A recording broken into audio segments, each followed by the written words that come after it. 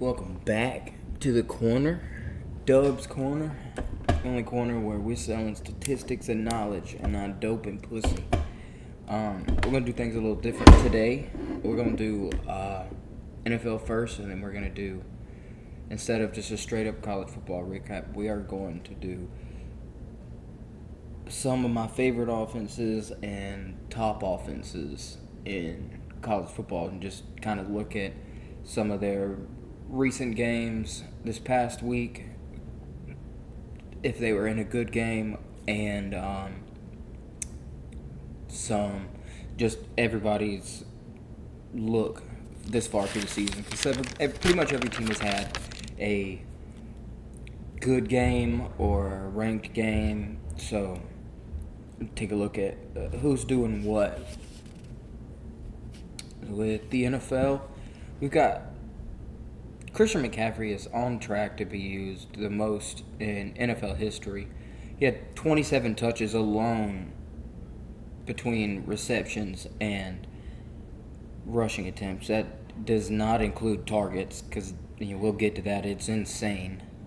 49ers are injured to hell and back, so they are using the guys who aren't hurt are being used. Special teams this week, special players getting it done. Multiple game-winning field goals, multiple clutch kicks, multiple blocked clutch kicks, multiple special teams touchdowns. Colts might be the best team in football, because the Packers slipped this week. Offense looked like last year's offense. Backup quarterbacks getting it done, other than Jake Browning. Not all of them got a win, but all of them almost got a win or won. So, with that being said, we're going to get into it. First backup quarterback of the day, Tyrod Taylor for the Jets. The Jets block a field goal and take it back for a touchdown with about minute and 40 seconds left. Baker Mayfield, being Baker Mayfield, takes him down, gets a field goal at the end. Bucks win 29-27. Statistically, Tyrod Taylor, 26 for 36, 197 yards. 2 touchdowns, 1 interception. He had 8 rushes for 48 yards on the ground. Speaking of 48 yards on the ground, the Jets only with 99 yards on the ground, with a running back duo who was supposed to be top 5 in the league, struggling. Garrett Wilson got paid this offseason, 10 receptions in this game once again. This might be one of those guys that is just a Mike Evans, just has the most silent 1,000-yard seasons all the time, and you never know. Maybe Justin Fields comes back from this concussion, and this offense starts rolling, because they look good first game of the season, and then Fields goes down. A 34-year-old Tyrod Taylor comes in, tries to help out. He didn't do too bad, man. 200 yards. They let him throw 40 times. You can't really. Baker, 19 for 29, 233, a touchdown, 4 rushes for 44 yards. Comes back again and gets a win. I mean, you can't argue that the man's got that shit in his blood. He gets it done. You can't worry. As a Bucks fan, down, fourth quarter, they get the ball back, you have to feel good. I mean, you can't be too worried. Always feels good. Bucky Irving with 25 carries, which doesn't sound insane, but if you look at box scores nowadays, even in college football, these boys are not running the ball 25, 30 times a game. They're splitting backfields now, but Tampa Bay's doing it different down there, man. They are doing it different. Mike Evans goes down with a hamstring injury in this game in the first or second quarter. Emeka Egbuka has been perfectly fine with all of these, even sharing the field with some of these Bucks veterans. He's getting it done. He's had multiple touchdown games. He's had a 100-yard game. It's just, so I think with Mike Evans out, that I don't think it's going to affect them too much. I think Ibuka's going to be perfectly fine maybe taking over that first spot. We'll see this week. Next game, we got Bengals-Vikings. J.J. McCarthy not in this game with an ankle injury. Carson Wentz, another backup, comes in, gets a win. They beat the shit out of the Bengals. The Bengals with 5 turnovers, 3 fumbles, 2 picks. That's what's up.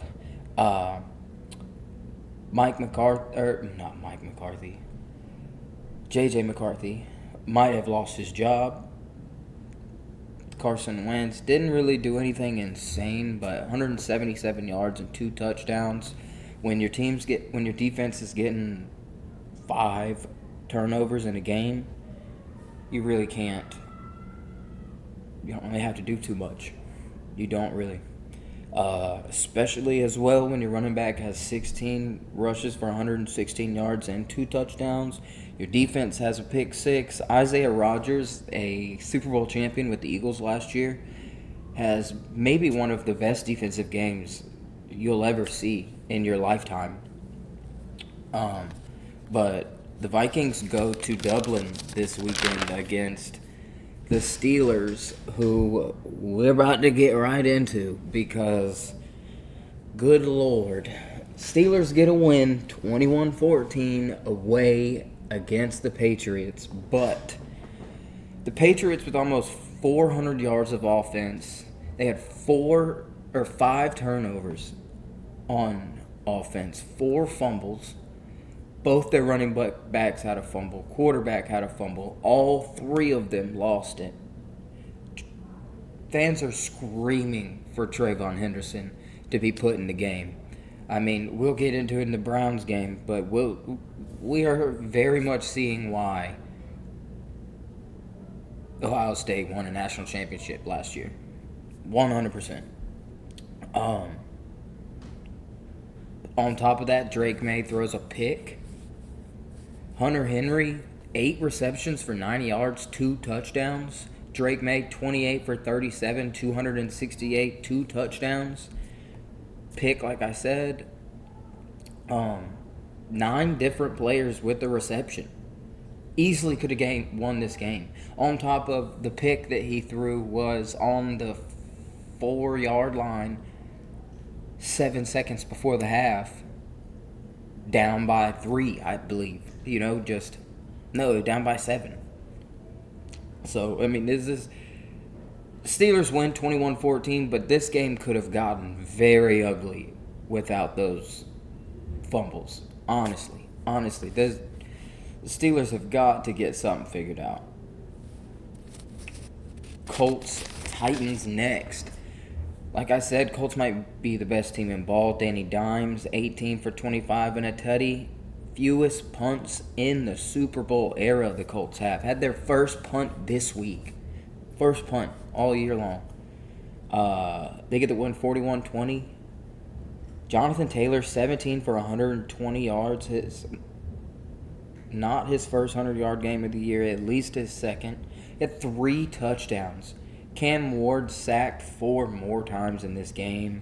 I can't really say much. Colts getting it done, but it also is the Titans, so we'll see. Colts have some tests coming up. They still have some tests. Texans, Jaguars, and these Texans.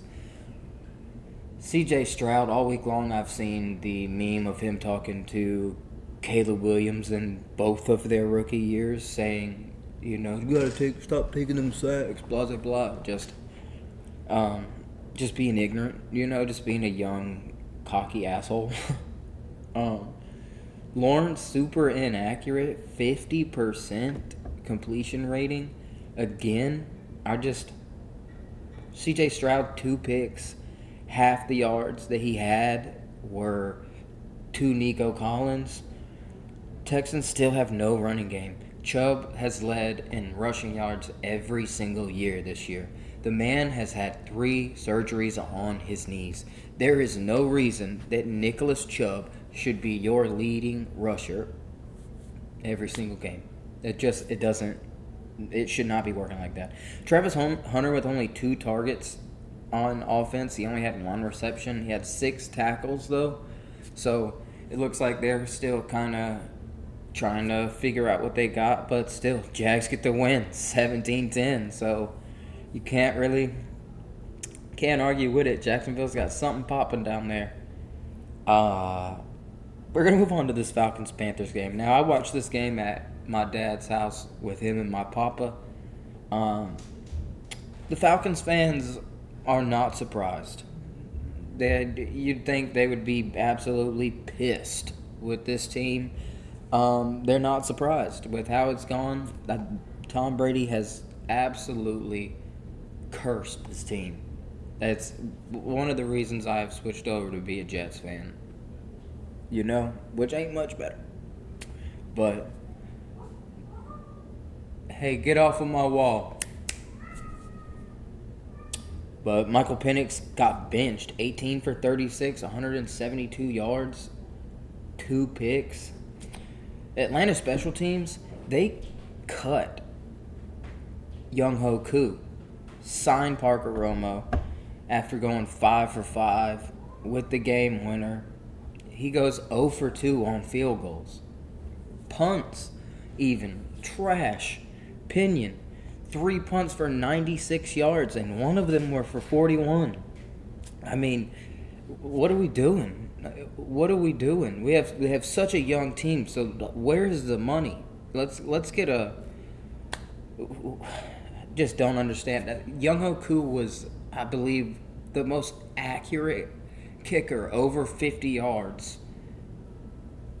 in the league for 2 years. I don't understand why they cut him. He's picked up. I believe the Giants picked him up.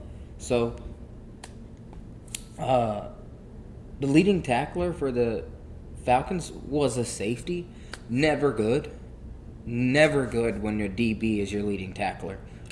That means up the middle is just open, buddy. We're getting to the second level easily. So it's just you don't want that. Carolina, 2 picks. 1 of them went back for a touchdown. The second one could have easily gone back for a touchdown, but Michael Penix was rolling around like one of the barrels from Donkey Kong. So kind of slowed down the DB. Chuba Hubbard, 17 for 73 and a touchdown. Not much. I just love Chuba Hubbard. A sick name, absolute football name. But when he was at Oklahoma State, he was in the running for the Heisman there for about 2 months. I mean, it was a while that he was just putting numbers up. Carolina's field goal kicker on the other side, 3 for 3 on field goals. So, getting it done out there in Carolina. So, Rams-Eagles, this was an exciting game. Offensively, Puka Nacua with 11 receptions, 112 yards again.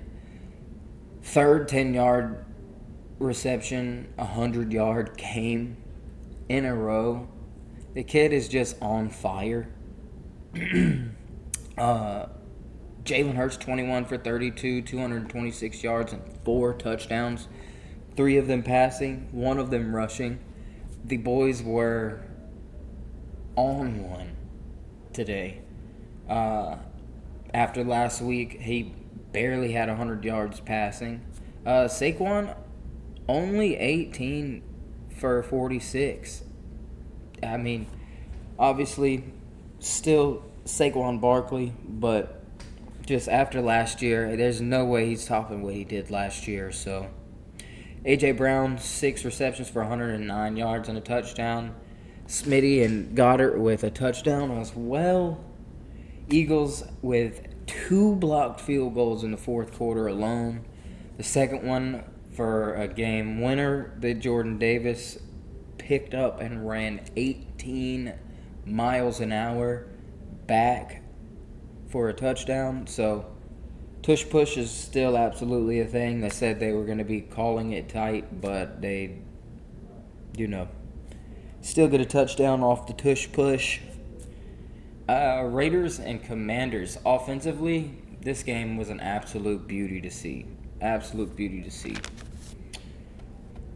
Commanders get the win 41-24 at the end, but offensively, Geno was 19 for 29, 289 yards with 3 touchdowns, no picks. Ashton Genty, 17 rushes for 63 yards. Trey Tucker, 8 for 145 yards receiving for the Raiders. Marcus Mariota, 15 for 21, 207 yards, 2 touchdowns, 1 passing touchdown, 1 rushing touchdown, and he had 40 yards on the ground. Terry McLaurin, 3 receptions for 74 yards. Commanders had 3 players with a rushing touchdown in this game. Without Jaden Daniels, they filled what they were going to be missing beautifully. They got it done against a Raiders offense that's going to put up points. That offense is not bad. McNichols, 4 receptions for 78 yards, a touchdown. Washington had 400 yards of offense, 200 yards rushing. Debo took a kickoff 70 yards, and Jalen Lane took a punt back for a touchdown, 90 yards. So Commanders just offensively getting it done. Special teams, once again, getting it done. Just an exciting day of football all around in the league, especially in that early to mid slot. There was so much going on. Now, this next game is what I want to get into. Packers-Browns. Browns shock the Packers 13-10. Block a field goal, get 1 pass from Flacco, get in field goal range, kick a field goal, get out of there, go home with a win. Offensively, the Packers were nowhere to be found. Absolutely nowhere to be found. Jordan Love, 18 for 25, 183 yards, a touchdown and an interception. Josh Jacobs, 16 rushes for 30 yards. On the other side of the ball, Quinshon Judkins, 18 for 94 and a touchdown. Another national championship winning offense, Ohio State running back. Got his shot, was fighting a charge, I believe, fighting a case before he came into this season. Charges got dropped, and then the Browns picked him up, and in a Browns backfield that needed some help. So the Browns are really, and they've been talking shit, man. They have absolutely been talking shit. But both of these teams with less than 240 yards of offense in this game. So just a boring game, but at the end, just absolutely exciting.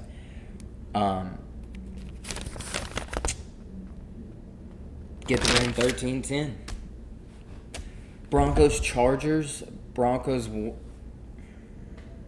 Chargers win on the game-winning field goal 23-20. Broncos 2 for 13 on 3rd down. Half the possession time as the Chargers. Almost half of the plays ran compared to the Chargers. And then the Chargers had 400 yards of offense. You cannot beat that. A pass-heavy offense. Justin Herbert, 28 for 47, 300 yards on a touchdown. 50 times Justin Herbert threw this football. And an offense that is never been pass-heavy, ever. Since Y2K have the Chargers ever been heavy passing. Omarion Hampton, 14 for 70 and a touchdown. Quentin Johnston, year 3, has figured something out. 6 receptions for 89 yards. He had 10 targets. Chargers had 5 receivers, over 4 receptions. You love to see an offense like that. You will see that when you're throwing the ball 50 times. Najee Harris tore his Achilles in this game. It was pretty obvious in the game. They confirmed it Monday morning. You can't really... You don't even know what to say, you know? Especially when you can see it. Kevin Durant was one. Tariq Cohen on that workout video on his Instagram Live. I believe he popped his Achilles, but hopefully Najee comes back and, can still rock, because we love to see him physically. I mean, he's a running back, man. That boy has been in the league for a while. Next, we got Saints Seahawks. Seahawks get it done, put belt to ass, 44-13. The Saints are pretty much just the punching bag for any team in the NFL right now, just absolutely getting thraxed, getting popped and gobbled by every football team. Sam Darnold, 14 for 18, 218 yards and 2 touchdowns. So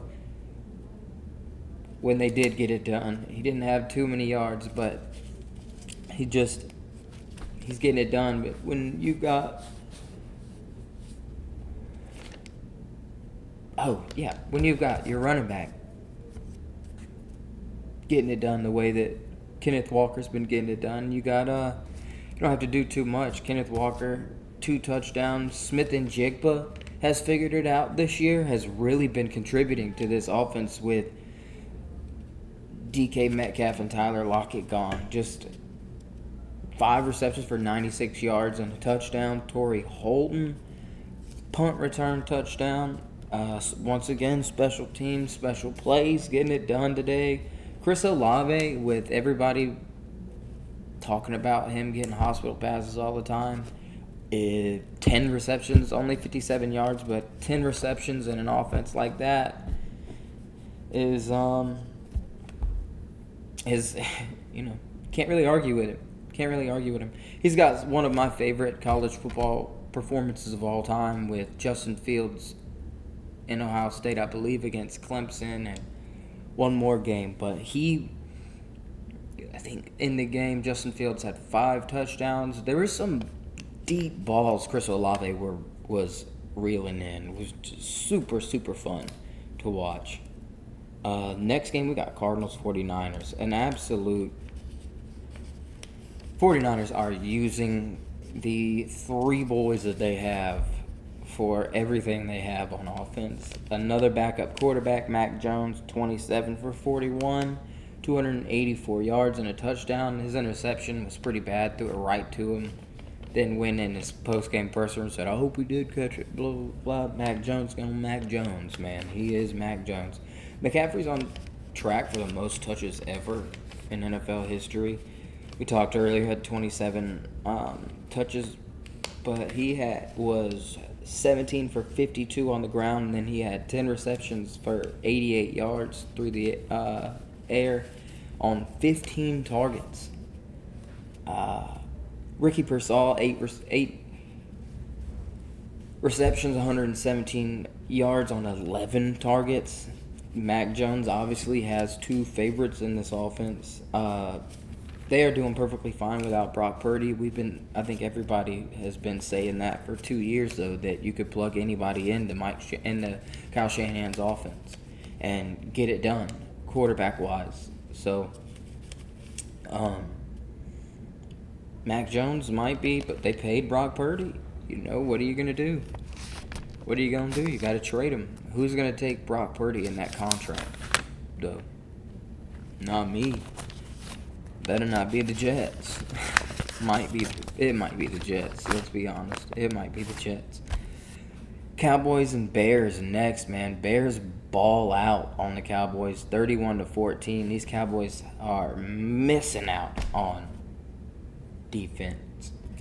I mean, letting Michael Pearsons go is just horrible. Caleb Williams not sacked in a game for the first time in his career. That is A, terrible, but B, it's good news for the Bears. That was the whole point. It's what Bears fans and every analyst has been saying, is that they need to get that offensive line in order. Both teams with nearly 400 yards of offense in this game. Dak with 2 picks, though. Tremaine Edwards with both of them. Williams 19 for for 28, 300 yards, 4 touchdowns. Luther Burden, 3 for 101 yards receiving and a touchdown. Odunze, 3 for 62 and a touchdown. Ferguson for Dallas, 13 receptions for 82 yards. Pickens, 5 for 68 and a touchdown. Just two untimely picks. I mean, offensively, both these guys were getting it done, but defensively, Cowboys had no answer. Cowboys 3 for 11 on third down as well. Got to get that up. If you can't get it done on third, what are you going to do? Unless you're the Lions, you're just punting the ball. So, speaking of the Lions-Ravens. Lions pull off a crazy game on Monday night. Get the win 38-30 on... Man, what are we going to do about old Derrick Henry, man? Another fumble in the fourth quarter. What are you... Does he have the yips? Does Derrick Henry have the yips? Are we really seeing the decline of Derrick Henry? Lamar sacked 7 different times. The Lions with a 17-point fourth quarter as well. Just an explosion. Derrick Henry was 12 for 50 and a tutty on the ground. Andrews, 6 receptions for 91 yards and 2 touchdowns. Montgomery and Gibbs combined for 200 yards on the ground and 4 touchdowns. Gibbs had 5 receptions for 32 yards on the ground. Jared Goff, 20 for 28, 202, and a touchdown. And St. Brown once again getting it done with 7 receptions and 77 yards and a touchdown. The Lions, they have the best offense in the league for sure. You can't really argue with the Colts because the Colts are just kind of handling people, but the Lions are if it was Lions Colts, I'm going Lions. There's just no answer for this offense. They have so many weapons. So I'm excited, and we all know the Lions have been right there on the doorstep the last 2 years. So I'm very excited to see how the rest of their season goes because they've had some close games, some tough games already. Next we got Dolphins-Bills. This was the Thursday night game. I was expecting the Dolphins to get absolutely blown out today in this game. They put up a fight. It was a one-possession game for most of this game until Tua Tagovailoa again with another fourth quarter untimely, dumb as fuck pick again. So the Dolphins looked better. Devonta A-Chain, 12 for 62 on the ground, 7 for 29 more yards on the ground. Tyrell Dodson, 11 tackles, all of them solo tackles and a sack. Tua, 22 for 34, 146, had 2 touchdowns and the untimely pick. Josh Allen on the other side, 22 for 28, 213 yards and 3 touchdowns. Not much, but didn't have to do much because James Cook once again just ran all over on defense. 19 for 108 and a touchdown. Bills had 9 different players with at least 1 reception. You love to see that in the NFL. An offense that they're just getting it done. They're not worried about who's getting what. They are just getting it done. With that being said, we're going to move on over to college football. Florida at Miami. Miami rolls 26-7. Lagway with 12 receptions. DJ Lagway, 12 for 23, only 61 yards through the air. Ball 12 for 46 on the ground. Miami almost 200 yards on the ground. Fletcher was 24 for 116 and a touchdown. Fletcher Jr. Charmar Brown, 18 for 80, 2 touchdowns. 4 receptions for 53 more yards on the ground. With this, obviously, was not a very competitive game. Wasn't expected to be a very competitive game, but we love to see Florida get beat. So, we're gonna move into some of my favorite offenses in the league, and then we're gonna finish up with what games to look out for in college football and get it done. Who I think will win and why, personally. So first offense that we're going to look at is Florida State's offense, because it's just super unique. Nobody's going to have crazy amounts of yards, but we're going to have a lot of different guys with a lot of design plays for them. Castellanos in their last game was only 10 for 13 yards, 205 yards, and a pick. No, 10 for 13. We're going to start over. Tommy Castellanos was 10 for 13 and 205 yards through the air and a pick. FSU with 500 yards on the ground and almost 300 yards passing. Almost 800 yards of offense in their last game alone. And yes, it was Kent State, but this is a Kent State team that has given multiple SEC teams a run for their money in the last few years. They are not struggling. They had 8 rushing touchdowns in this game alone. Mekhi Danzy, 2 receptions for 112 yards. He had 1 rush for 64 yards. And he had a 65-yard reception as well.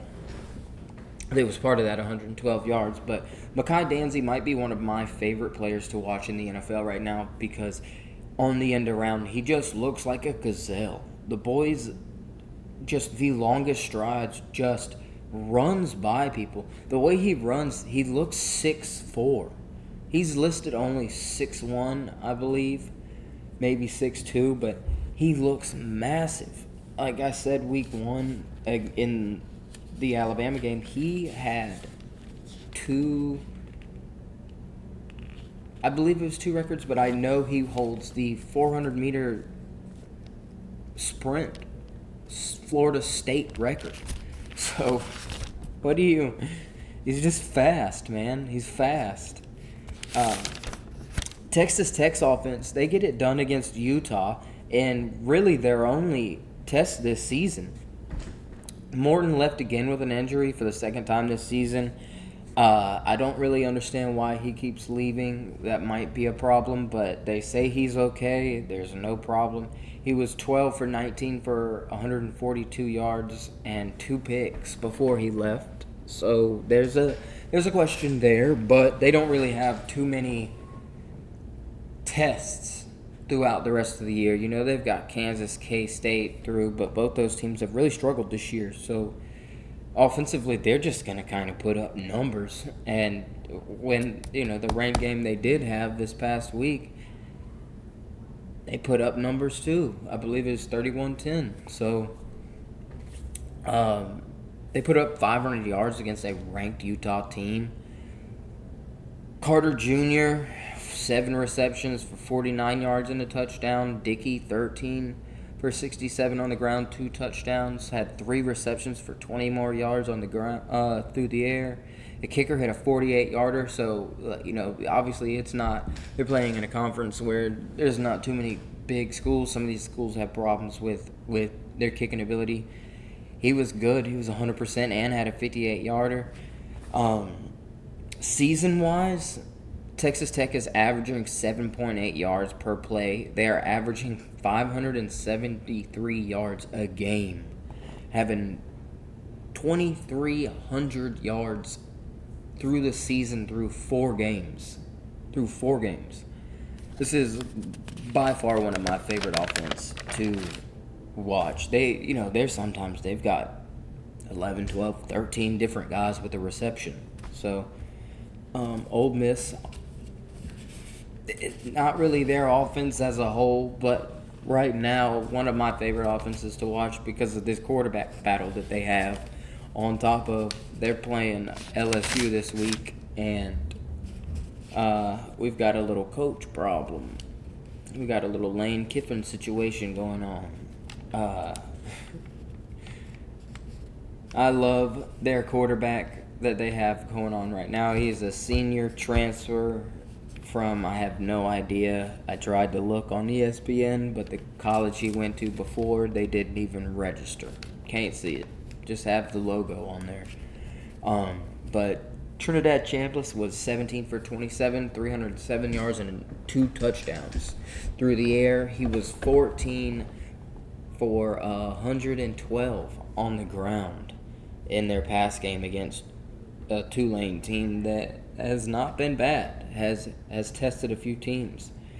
They had 241 yards on the ground, so you really cannot. They just were getting it done since they've made the shift and Austin Simmons has gone down.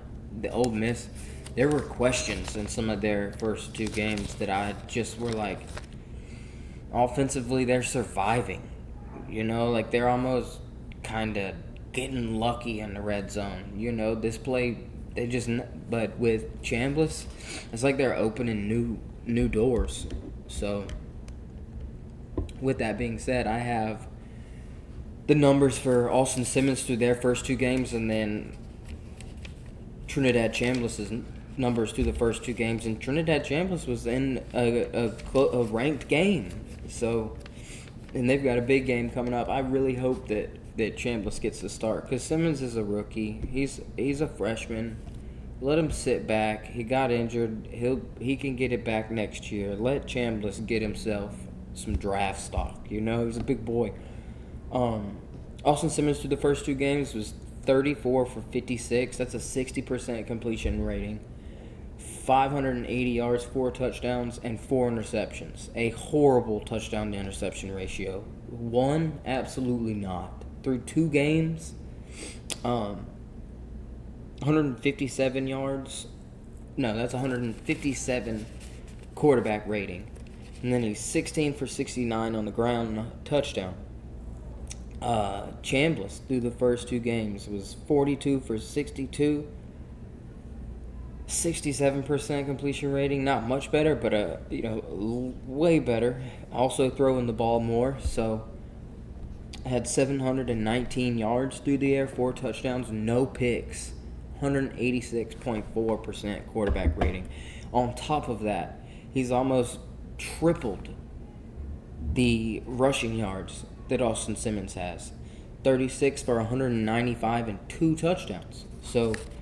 And this Ole Miss offense is not terrible either. They're averaging 7.5 yards per play, almost 550 yards per game, and they've got 2,200 yards a game. And they had a slow start through the first 2 games. So I think right now Ole Miss might be one of the hottest teams in college football.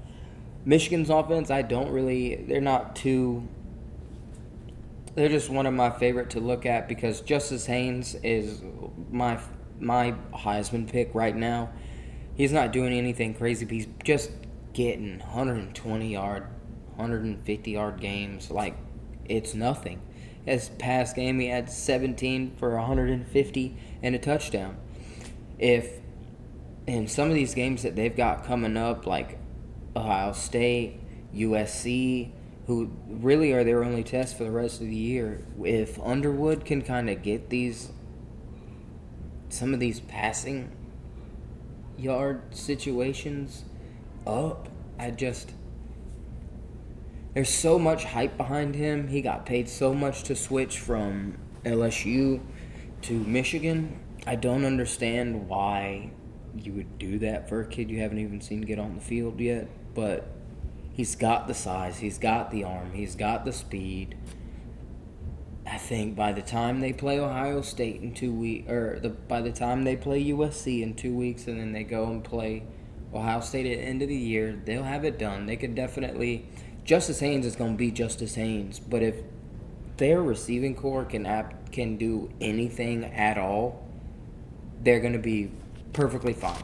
Because Ohio State beat a Texas team with absolutely no run game and a quarterback who had not had a big start yet. Yeah, I'm not making excuses for Arch Manning, though. Let's go ahead and put that shit out there right now.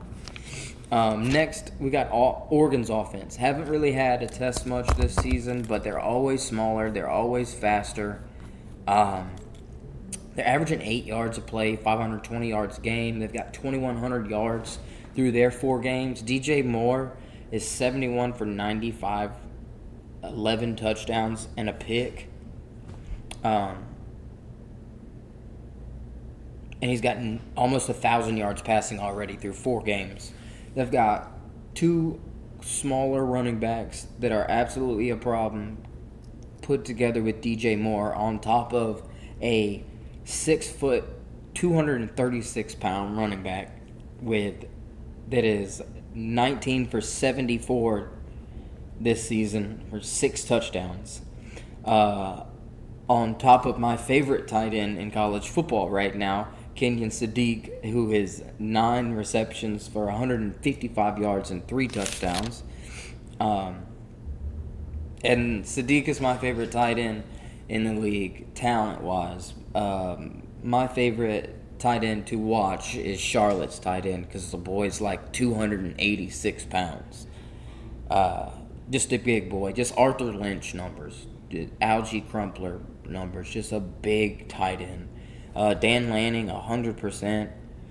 A top 3 coach in college football.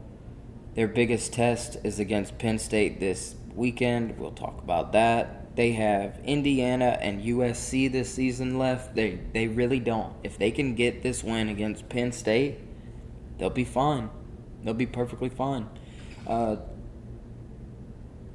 DeCorion Moore is 12 for 207 yards this season.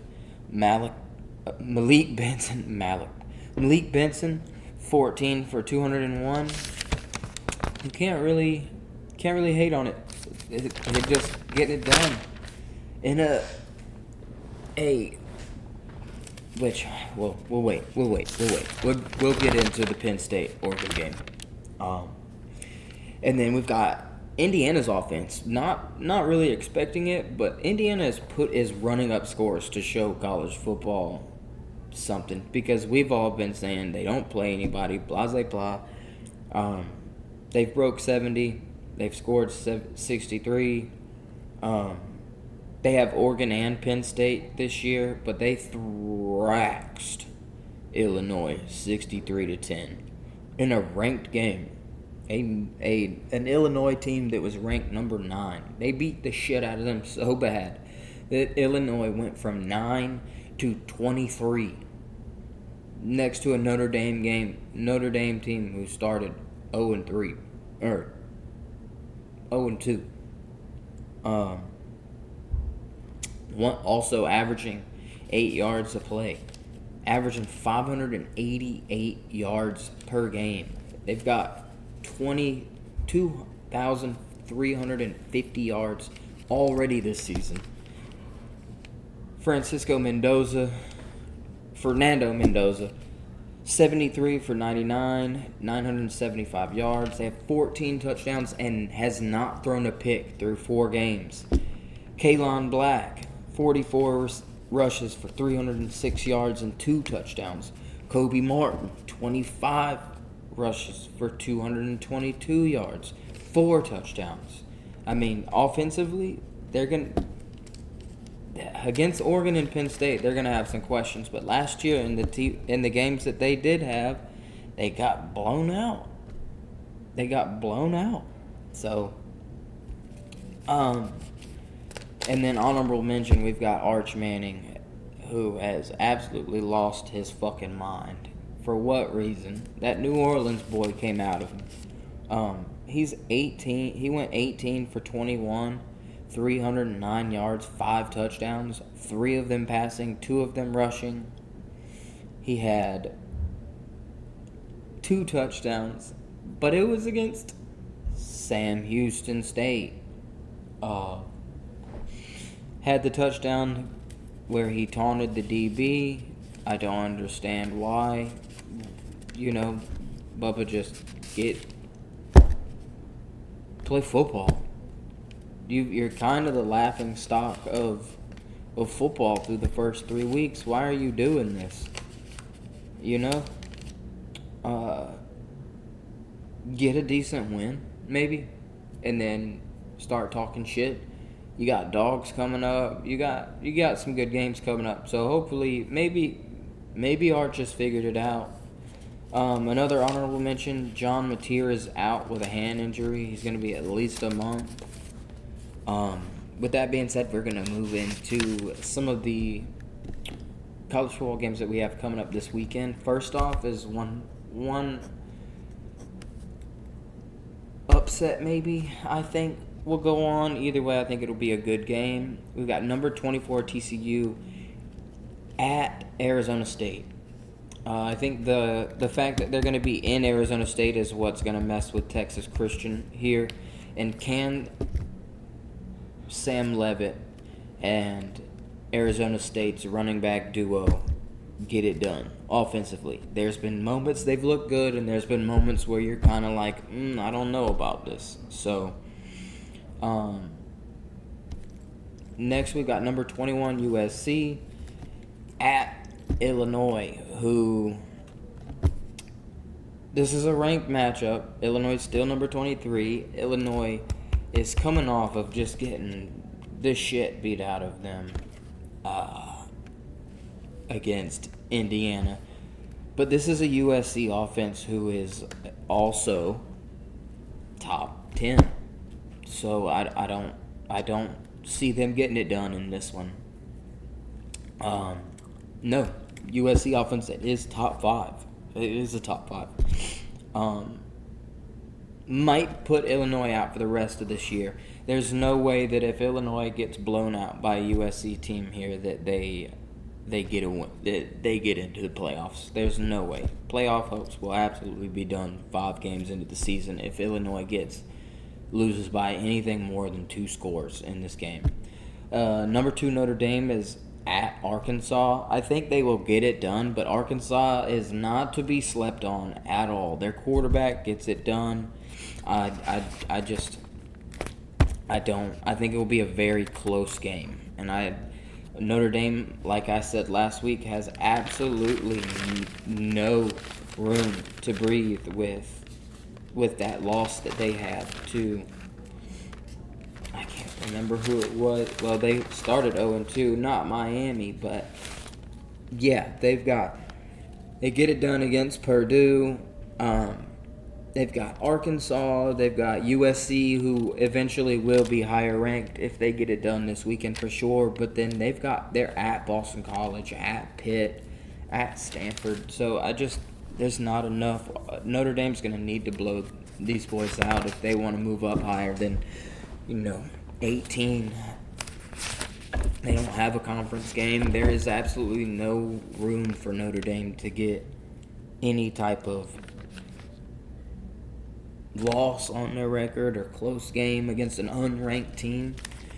This next game I had a question mark beside because I really didn't know who I thought would win this game, but halfway through the day today, the news came out about Lane Kiffin's daughter dating the one of the twin linebackers for LSU.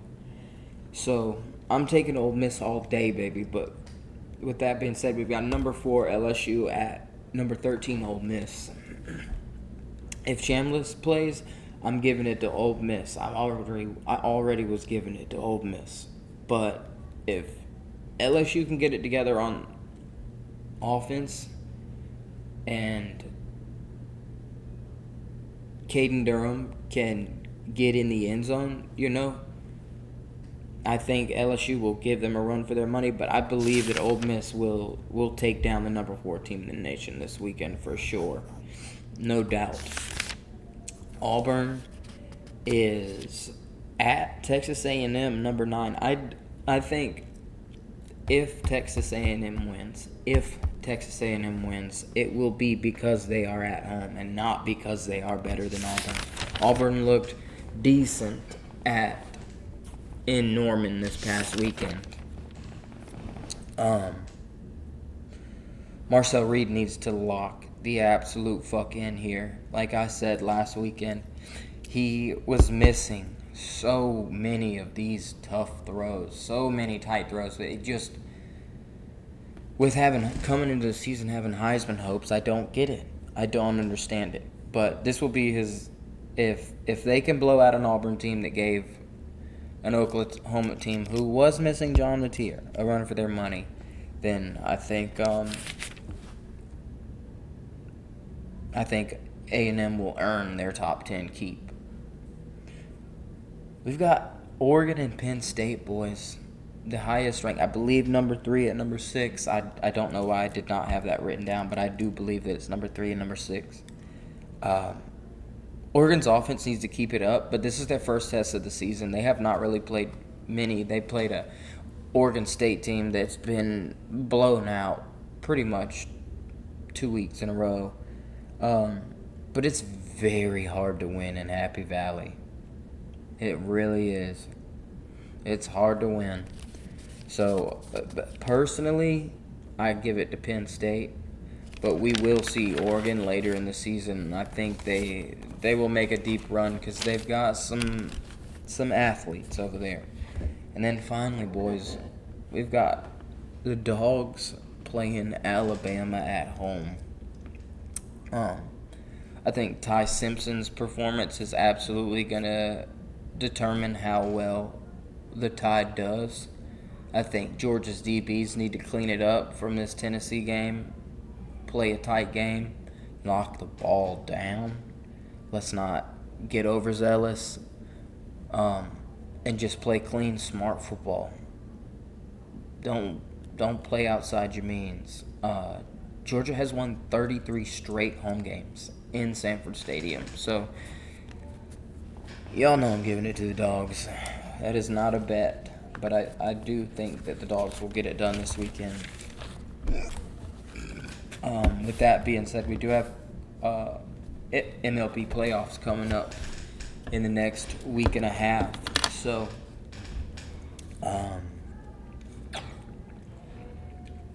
my favorite video of the week, if you have not looked it up, is a Myles Garrett getting through an a Green Bay Packer offensive line, and the offensive lineman saying, "Jordan, run!" It is the funniest thing you will see all day if you just go look it up. It is so funny. With that being said, boys, that's the end of the video.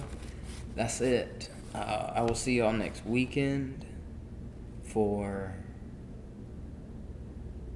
the next video. I don't know when I'll do the MLB playoffs. I'll definitely do an opening round playoff picture, but I don't know if I'll do wild card personally. But deuces, y'all.